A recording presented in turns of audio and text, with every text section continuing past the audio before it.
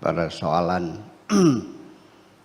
hukum aja dah, terutama kalau kita dalam beragama masih pada lingkaran luar syariat, tetap kita akan bertengkar dan berbeda pendapat. Saya ulangi lagi, agama itu cinta dan kasih sayang intinya dengan sesama. Tetapi kan ada lingkaran luarnya dibungkus, namanya akhlak, ya. Lalu bungkusan akidah, ya kan gitu. Bungkus lagi syariah.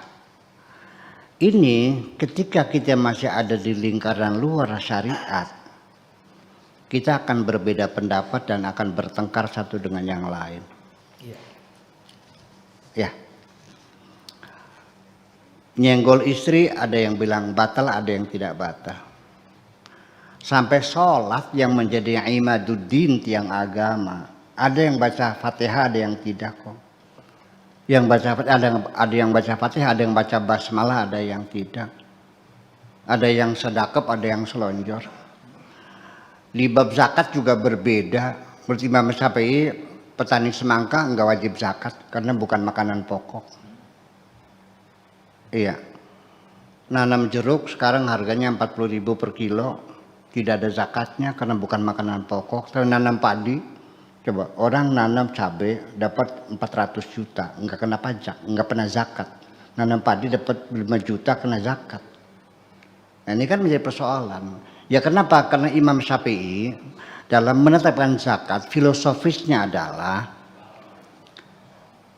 untuk mengamankan strategi pangan, kelangsungan hidup. Makanya yang dihajar itu makanan pokok. Tetapi Abu Hanifah melihatnya dari sisi keadilan sosial. Jadi penghasil makin besar ya pajaknya makin besar, seperti itu. Itu fikih pasti bertengkar, tidak akan pernah selesai. Dan kita nggak usah mencari harus sama, nggak usah, silakan ya udah. Kalau ada batal ya wudhu lagi, kalau enggak ya langsung sholat saja, nggak ada masalah kok, salah. Ya kan begitu. Nah ini jangan memaksakan orang harus ikut seperti Anda. Masing-masing udah punya alasan kok. Yang dibikin ribet kan yang mengatakan boleh ada hadisnya, mengatakan tidak boleh ada hadisnya juga kan, jadi ribet begini. Udah, begitu masuk akidah juga masih bertengkar juga. Sifat Tuhan itu berapa? Al-Quran itu kalamullah itu qadim atau hadis. Qadar dan qadar itu ada atau tidak? Mu'tazilah mengatakan tidak ada. Iya, golongannya Jabariyah mengatakan ada. Ahli sunnah mengatakan tergantung, ada qadar mubram, ada qadar mubram. Akhirnya juga bertengkar. Masalah kemaksuman Nabi masih bertengkar juga. Masalah akhlak apalagi lebih banyak lagi lah perbedaannya. Saya kira tidak akan pernah selesai itu kita selesaikan. Kecuali kalau sudah masuk inti agama yang disebut dengan agama cinta. Wa ma arsalnaka illa rahmatan lil alamin. Baru kita ini tidak akan bertengkar. Kita tidak akan bertengkar bukan apa namanya sesama agama, dengan agama lain juga ada urusan apa ya sudah silakan aja. Nah selagi ini pertengkaran ini yang lebih keras justru pertengkaran di dalam satu agama. Yang membunuh orang Islam di Timur Tengah tuh orang Nasrani apa orang Islam, sesama Islam kok. Dan banjir darah umat Islam ini sampai sekarang masih berlangsung, sudah 1300 tahun lamanya. Hanya gara-gara pemilihan khalifah antara Abu Bakar dan Sayyidina Ali sampai sekarang. Syiah dan Sunni sampai sekarang terjadi. Mu'tazilah juga korbannya puluhan ribu yang dibantai itu. Karena mereka rasionalis. Itu persoalannya. Nah jadi artinya gimana? Ya sudah.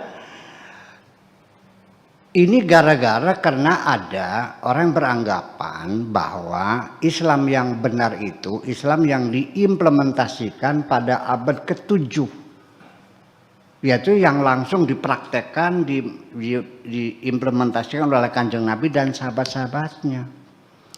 Mikir dong, sekarang abad berapa? Abad 21. Otak kita tercangkol di abad ke-7, kakinya menginjak abad ke-21. Artinya udah 14 abad lamanya kita jarak waktu, dan semuanya berkembang. Selagi hukum itu mengatur kehidupan dan kehidupan berkembang, ya maka hukum juga harus berkembang dong. Kita kasih contoh aja sebagai satu kesimpulan. Dulu kalau tentara Islam itu menang suatu negara, itu tanahnya dikuasai oleh negara Islam. Orang Islam yang antara Islam tentu tidak bisa mengelola tanah ini, ya kan? Nah, akhirnya dikembalikan lagi dengan status tanah yang berbeda, namanya Ardus Sawad. Ya, kalau kita ikut perpajakan dalam Islam, Ardus Sawad itu tanah hitam, artinya tanah yang sudah dikuasai oleh Islam karena tidak bisa dikelola sendiri, dikembalikan kepada petani, tetapi dengan sewa.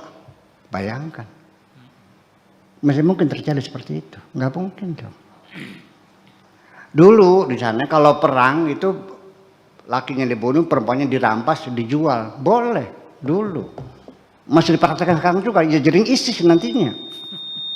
Ya, yang menggembur suku Yazidiyah itu, yang cantik-cantik sukunya itu, didagangi lagi. Apa Anda yakin bahwa Allah mengizinkan manusia dijual? Tolong dong. Iya dong. Yuk kita junjung nilai-nilai martabat manusia, HAM, kita junjung, kita hormati hak asasi manusia. Ya kita nggak bisa sembarangan. Dulu sebelum ada Komnas HAM, Komnas Perempuan tidak dipantau, ini banyak sekali istri yang dipukulin suaminya, disiksa, digebukin gitu. Nggak ada hukumannya. Kenapa? Ya mereka mengatakan Al-Qurannya ada. Wa in khiftum nusuzahunna fadribuhunna. Jadi dikiranya mukul istri itu dibenarkan menurut agama. Ya pakai otak aja dong. Masa istri saya punya anak perempuan, saya kawin sama kamu untuk disayang, untuk kamu cintai, bukan untuk digebukin seperti itu. Gimana lagi? Sakit hati orang tua ini. Gimana lagi? Mau diterapkan seperti itu? Jadi yang nggak bisa, ketika kehidupan manusia tumbuh dan berkembang dan bergerak, masa hukumnya permanen gitu? Ya dong, semacam itu. Jadi ya artinya bahwa sampai sekarang sendiri pun bahwa banyak hukum-hukum Islam yang sebetulnya masih dalam bentuk agenda Nabi, belum terselesaikan karena Nabinya sudah keburu dipanggil Tuhan dulu. Perbudakan belum dibebaskan, bagi waris belum disamaratakan, ya kan begitu. Kebebasan perempuan belum dilepaskan, dan itu semuanya bukan bersumber dari hukum Islam, tapi dari tradisi-tradisi Arab itu semuanya. Masih dibedakan mana tradisi dan mana hukum. Terima kasih.